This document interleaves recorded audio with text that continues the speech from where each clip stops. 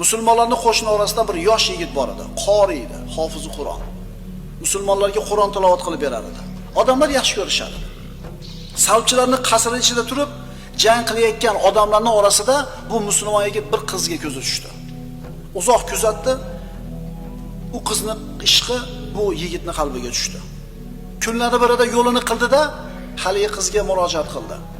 Qanday qilib sen ketsan bo'ladi? Qanday yo'l borsan ketishlikka? Qiz aytdi: "Nasroniyga o'tasan, menga uylanasan." Yigit nima qildi? Musulmonlar safidan chiqib, nasroniylar safiga kirib ketdi. Nasroniy diniga o'tdi. Keyin mana shu qizga uylandi.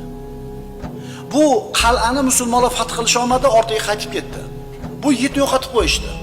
O'ldimi, tirikmi, asir tushdimi yoki nima bo'ldi? Xabarlari yo'q. Bir qancha vaqt o'tgandan keyin qo'shin takror keldi yana qal'ani fath qilishlikka.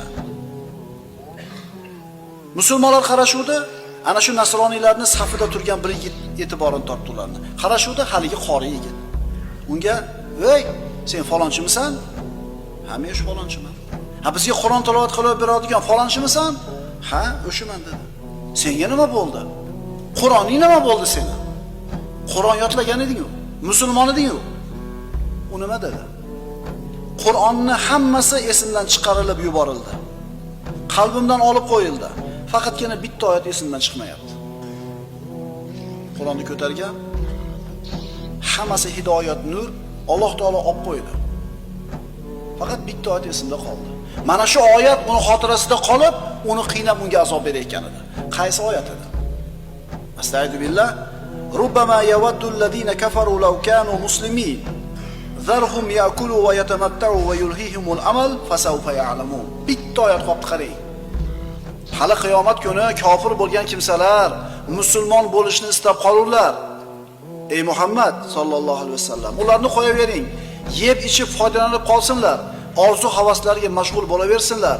Bas yaqinda bu qilgan ishlarning oqibatini bilib olinglar. Ey musulmonlar, parvo qilmanglar bu dinsizlarni, dindan uzoqlarni, dunyolari obod bo'layotganligi. Alloh taolo ularni sinayapti bu narsa bilan. Ular ham o'ladi. Musulmonlar ham o'ladi.